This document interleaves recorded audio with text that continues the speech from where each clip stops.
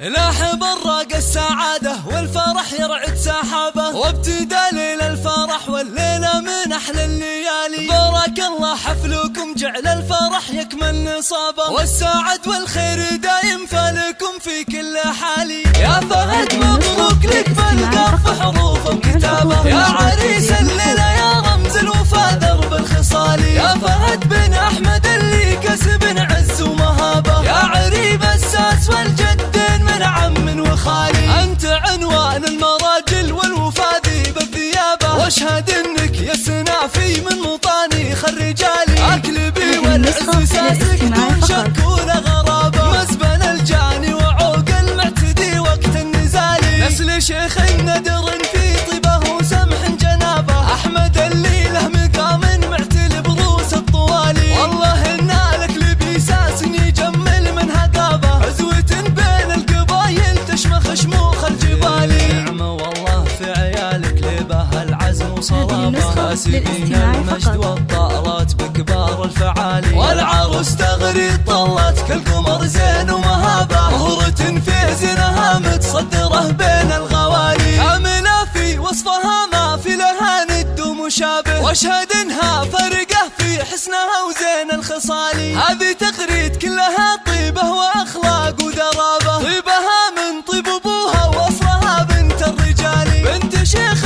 فتح للضيف والعانين بابه، وعلي راعى الفعول اللي تنومس كل غالي. فيها الغلبه يلي مجدهم كل حكابه، الرجال اهل الحميه والوفا واهل المعالي. لابد السبع عن مجد من قبل عصر صحابه، عزهم تشهد له سيوف صقيله ونبالي. نسبع الغلبه يلي مجدهم كل حكابه، الرجال اهل الحميه والوفا واهل المعالي. الرجال اهل الحميه والوفا واهل المعالي.